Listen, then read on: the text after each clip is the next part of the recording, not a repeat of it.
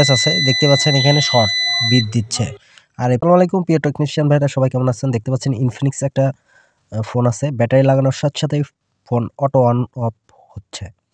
তো দেখতেই পাচ্ছেন ব্যাটারি খুলে আবার লাগাচ্ছি, দেখেন পাওয়ার বাটন প্রেস ছাড়াই অন হয়ে যাচ্ছে। তো এটা কোথায় থেকে সমস্যা, কিভাবে সমাধান করবেন, তো আজকে ডিটেলস ভিডিওটা দেখবেন। ফুল ভিডিও দেখলে আশা করি এরকম সমস্যা আসলে আপনারা সম্পূর্ণ কাজ করতে পারবেন। তো এখানে পাওয়ার বাটনের যেই মেন লাইনটা আমি জিআর চেক করে দেখলাম, এখানে দেখতেছি দুই পাশে লাইন জিআর দেখাচ্ছে, এক পাশে 900 আর এক পাশে 800-র মতো জিআর দেখাচ্ছে। তো বুঝতে পারতেছেন যে এটা কোথায় থেকে সমস্যা। তো এটা হচ্ছে পাওয়ার সেকশন থেকে সমস্যা, পাওয়ার ম্যানেজমেন্ট থেকে সমস্যা। তো আমরা এখানে পাওয়ার আইসি যেই সিলটা বা কাটিং টিন, এটা আমরা কাটিং করে নেব। তো এটা আমরা হিট দিয়ে উঠাচ্ছি, কারণ এগুলার মাদারবোর্ডে যদি আপনি কাটারের ব্লেড দিয়ে বা প্লাস দিয়ে যদি তুলেন তাহলে লাইন ছিঁড়ে যাওয়ার সম্ভাবনা অনেক বেশি। তাই আমরা এখানে 380 আর 70 দিয়ে খুব স্মুথলি উঠিয়ে ফেলছি। তো উঠানোর পরে এটা দেখতে পাচ্ছি যে এটার হচ্ছে, আপনাদের একটু ভালো করে দেখায়, একটু আই থেরাপি করে দেখে নিলাম যে এটা ওয়াটার ড্যামেজ। তো কাস্টমার বসে আছে, তো ওকে জিজ্ঞেস করলাম যে কতদিন আগে পানিতে পড়ছে।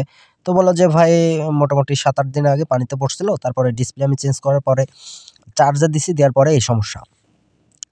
তো ও আমাকে সত্যি কথা বলছে, যেহেতু ওর সামনেই খুলছি, ওর সামনেই কাজ করছি, ও বসেই আছে। কাজটা করতে প্রায় 1 ঘন্টার মতো সময় লাগছে। তো ভিডিওটা কাটছাট করে মেন যেই পার্টটা এটা শুধু রাখছি, কারণ ভিডিও বড় হলে মানুষ দেখতে পারে না, ধৈর্য নাই, ধৈর্য কম। তো ভিডিওটা আসলে পাওয়ার সেকশন নিয়ে ভিডিও, সম্পূর্ণ ভিডিও না দেখে কেউ চলে যাবেন না, তাহলে কিন্তু কেউ কিছু শিখতে পারবেন না বা ইনফরমেশন নিতে পারবেন না। তো এখানে কিছু বিষয় আছে, আমরা এটা হাইড করার চেষ্টা করছি, কারণ সব বিষয় যদি খোলাসা করে দিই তাহলে ভিডিওর মানেই হয় না। তো মাদারবোর্ডে পরিষ্কার পরিচ্ছন্ন করার পরে আবার দেখলাম যে ফোন রান আছে কিনা। তো দেখতেই পেলাম যে ফোন তো অলরেডি জিবা বের করে ফেলছে, মানে মরে গেছে। আমি পাওয়ার বাটন প্রেস করে দেখি ফোন আসলে চালু হয় কিনা। চার্জার দিয়ে দেখলাম হয় না, পাওয়ার বাটন প্রেস করে দেখলাম হয় না।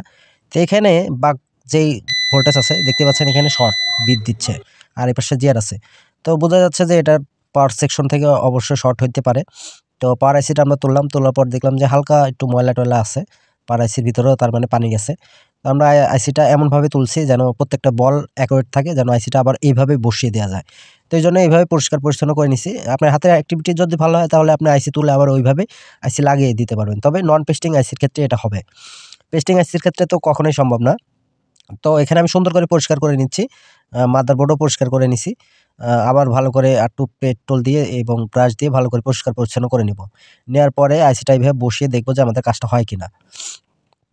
তার আগে এখানে একটু পেস্ট দিয়ে নিলাম।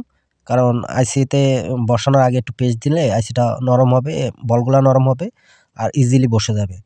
দেখুন, যেটা মাদারবোর্ডের সাথে যে পিপিডি বা বল্ব থাকে, এগুলো কিন্তু একটু হাই টেম্পারেচার হয়। এজন্য একটু অনেকক্ষণ হিট দিতে হয়। প্রায় 2 মিনিটের মতো হিট করলে তারপরে আইসি উঠে। তাছাড়া কিন্তু আইসি আপনি যদি 8 নাইফ দিয়ে উঠান তাহলে আপনি 1 মিনিটের আগে আইসি উঠাইতে পারবেন। তবে আপনার বল সেফ থাকবে না। তো এই কারণে আমি ওইভাবে আইসিটা উঠাইছি, আবার ওইভাবে আইসিটা এখানে বসিয়ে দেব। বসানোর জন্য একটু টুইজার দিয়ে কিছুক্ষণ ধরে রাখতে হবে। 2-3 সেকেন্ড বা 5 সেকেন্ড ধরে রাখার পরে টুইজার ছেড়ে দিবেন। দেওয়ার পরে যখন আইসিটা মোটামুটি বসে যাবে তখন ছেড়ে দেওয়ার পরে আবার একটু হিট দিবেন। হিট দেওয়ার পরে যখন ভিতর থেকে পেজগুলো বের হয়ে আসবে তখন একটু টোকা দিয়ে নাড়াচাড়া দিয়ে দেখতে হবে যে আইসিটা মুভ করে কিনা। তো এখানে দেখতে পাচ্ছেন যে আইসি কিন্তু মুভ করতেছে। তার মানে আইসিটা পারফেক্টলি কানেক্টেড হয়ে গেছে। হওয়ার পরে দেন আমরা একটু ঠান্ডা করব। ঠান্ডা করার পরে আবার চেক দেব যে লাইনটা সমস্যা ছিল। ওই লাইনটা আদৌ মানে লাইনের জিআর মেয়ার ঠিক আছে কিনা। এখানে আমি একটু ঠান্ডা করে নিচ্ছি ফ্যান দিয়ে। এখন তো কুলিং ফ্যান পাওয়া যায়। প্রত্যেকটা টেকনিশিয়ান ভাই ব্যবহার করে। আমি কেন বাদ যাব? আগে তো ফ্যান দিয়ে ঠান্ডা করছে, এখন কুলিং ফ্যানই পাওয়া যায়। তো এখানে ঠান্ডা করে নেওয়ার পরে এখন জিআর চেক দিয়ে দেখতে হবে যে আমাদের যে বাক ভোল্টেজ, আ এই ভোল্টেজটা ঠিক আছে কিনা বা এই লাইনটার জিআর ঠিক আছে কিনা। তো এখানে দেখতে পেলাম যে এখানে তো লাইন ঠিক হয়ে গেছে। জিআর মোটামুটি ঠিক আছে। তারপরও মনে হচ্ছে যে এটার সমস্যা আছে। এই লাইনে ফল্ট আছে। তো এখানে আমি সিপিইউর যেই টিনটা আছে, টিনটা উঠাইছি। এখানে একটু হাইড করে দিছি, কারণ ওখানে আপনার ভিডিওটা বড় হয়ে যায়। তো এই কারণে একটু ভিডিওটা হাইড করে দিছি। এখানে সিপিইউ থেকে যে সিপিইউর কোর ভোল্টেজ, এই লাইনটা ওখানে যে ১ম এ আপনারা যে ইয়েটা দেখছেন যে ওখানে 0 হচ্ছিল বা কিছু রিডিং দেখাচ্ছিল। এটা সিপিইউ ডাইসোল্ট হওয়ার কারণে হয়ে গেছে। কারণ ওই পাশে হিট দেওয়ার কারণে সিপিইউটা হয়তোবা ডাইসোল্ট হয়ে গেছে বা আগে থেকে ডাইসোল্ট হয়েছিল। এই কারণে আমরা সিপিইউটা ওপেন করে নিছি। ওপেন করে নেওয়ার পর দেন আমরা মাদারবোর্ডটা ক্লিন করব। দেখুন, একটা কথা আপনার মনে রাখতে হবে যে যখন আপনি মাদারবোর্ড ক্লিন করবেন, আপনার আয়রন যখন টেম্পারেচার যতটুকু থাকার দরকার তার সাথে বেশি বা কম করবেন না, তাহলে মাদারবোর্ড কিন্তু ভালো করে পরিষ্কার পরিচ্ছন্ন করতে পারবেন না। আর এমনভাবে সোল্ডারিং উইক আপনি ব্যবহার করবেন যেন মাদারবোর্ড আপনার টেরি না পায়, যেন মাদারবোর্ডের উপর আপনি ঘষা দিচ্ছেন বা মাদারবোর্ডের উপর কাজ করতেছেন। তাহলে হবে কি আপনার কোনো লাইন ড্যামেজ হবে না বা স্ক্র্যাচ পড়ার সম্ভাবনা থাকবে না। প্রায় ভিডিওতেই বলি যে আপনার পরিষ্কার পরিচ্ছন্নভাবে কাজ করুন, সঠিক ওয়েতে কাজ করুন। সঠিক ওয়েতে কাজ করলে কাজ 110% হওয়ার সম্ভাবনা আছে। এখানে দেখতেই পাচ্ছেন কত সুন্দরভাবে ক্লিন হয়েছে এবং মাদারবোর্ড একদম জিরো হয়েছে, সিপিইউর নিচের যে প্যাডটা আছে। তো এটার পাওয়ার সেকশন ম্যানেজমেন্ট ওকে আছে, এই কারণে ভাবলাম যে এটার সিপিইউটা 100% ডাইসোল্ট হয়ে গেছে, এই কারণে আমি সিপিইউটা তুলছি। এখন অনেকে ভাবতে পারেন যে আন্দাজে সিপিইউ তোলার কারণটা কি? আসলে ভাই দেখুন, আমি যখন পাওয়ার আইসিটা সুন্দর করে তুলে আবার পরিষ্কার পরিচ্ছন্ন করে লাগিয়ে দিছি, ওই লাইনটার তো জিয়ার ঠিক আছে, বাট ফোন চালু হচ্ছিল না। ফোনের মানে বাক ভোল্টেজগুলো ফ্যাক্সিশন করতেছিল। মানে ভোল্টেজ 0.8, 0.8, 0.8 চলে যাচ্ছে, আসতেছে 0.1, 0.1 চলে মানে এক কথায় ভোল্টেজ স্টেবল হচ্ছিল না। তো কেন হচ্ছিল না? বাক ভোল্টেজ মানে সিপিইউ ডাইসোল্টের কারণে এটা হচ্ছিল না। তো আমরা সিপিইউটা ওপেন করার পরে এখানে দেখতেই পেলাম যে ২-৩টা লাইন হচ্ছে কালো, কালো হয়ে আছে সিপিইউর। তো এটা আমি হচ্ছে ব্রাশ দিয়ে পরিষ্কার পরিচ্ছন্ন করে নিছি। এখন আমরা সিপিইউটা রিবোলিং এর প্রসেসিং এ যাব। আমি প্রত্যেকটা ভিডিওতেই বলি যে আপনার সিপিইউর যেই প্যাডটা থাকে, সিপিইউর যেই স্কিনটা থাকবে। স্কিন বলতে বোঝাইছি সিপিইউর যে একটা, একটা করে বল আছে। এই প্রত্যেকটা বল আপনার যেন দেখা যায়, সাদা থাকে। মানে যেন চোখ বোঝা না থাকে, কালো, কালো না থাকে। তাহলে ওই জায়গাতে কিন্তু আপনি রিবোলিং এর সময় হয়তোবা বল হবে না। আর যদিও হয়, নেক্সট টাইমে কাস্টমার কিন্তু বেশিদিন ইউজ করতে পারবে না। আর যদি আপনি ১ম অবস্থা থেকেই সিপিইউকে ভালো করে রিবোলিং করতে পারেন, 110% আপনার কাস্টমার ফিডব্যাক ভালো থাকবে, আপনার ফোন 110% চালু হওয়ার সম্ভাবনা থাকবে। অনেক ভাই করে কি, একটা আইসিকে ২ থেকে ৩ বার রিবোলিং করে। হয় কি, দেখা যায় ১ম বার রিবোলিং করছে, ফোন চালু হচ্ছে না। তো হয়তোবা ইএমসি তোলে বা ইউএফএস তোলে। তোলার পরে একই অবস্থা, পরে যখন আবার সিপিইউ ওপেন করে দেখা যায় সিপিইউর ২-৩টা লাইন কানেক্টেড হয় নাই। কেন হয় নাই? এই জাস্ট মাত্র এই একটাই কারণ। এই একটা কারণের কারণে আপনার ফোন কিন্তু চালু হয় না। আজকে থেকে দেখে নেন, নেক্সট টাইমে যেন এই ভুল কখনোই না হয়। নতুনদের জন্য এটা মূলত ভিডিও। আর পুরাতন টেকনিশিয়ান যারা আছেন তারা তো এইসব কাজ কোনো ব্যাপারই না।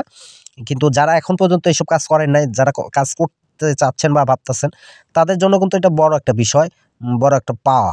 কারণ সিপিইউকে তুলে ওপেন করে আবার সিপিইউকে নতুন করে রিবোলিং করে অন করা কিন্তু তাদের কাছে অনেক বড় একটা আশা বা ভালো লাগার একটা জায়গা। তাদের সাহসের একটা জায়গা। মানে সাহস হয় যে আমি ফোনটা তো চালু করতে পারছি, তাহলে নেক্সট টাইমে কোনো ফোন আসলে আমি চালু করতে পারবো। আসলে দেখুন, নতুন, নতুন যখন আমরাও কাজ করছি তখনও আমাদের কাছে কিন্তু খুব ভাল লাগছে।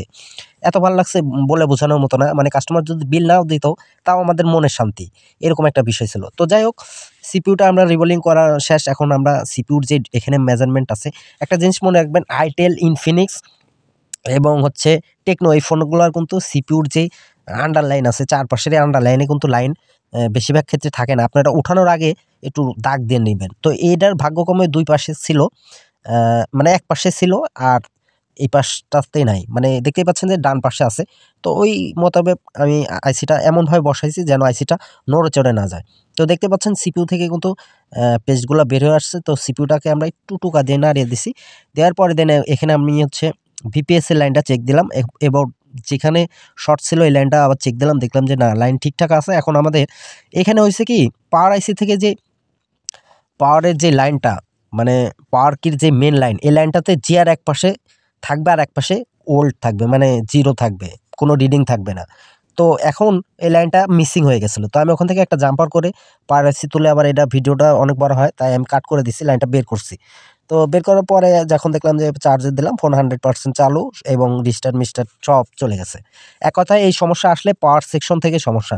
তো হয়তোবা হিটের কারণে সিপিইউটা ডাইসোল্ট হয়ে যেতে পারে বা আগে থেকেই যেহেতু ওয়াটার ড্যামেজ ফোন, যখন কাজটা করতেছিলাম তখন কাস্টমার বলছিল যে আসলে ভাই পানিতে পড়ছিল। আমি যখন খুলছি, খোলার সাথে, সাথে ওকে জিজ্ঞেস করলাম ফোনটা কিভাবে ডেড হলো?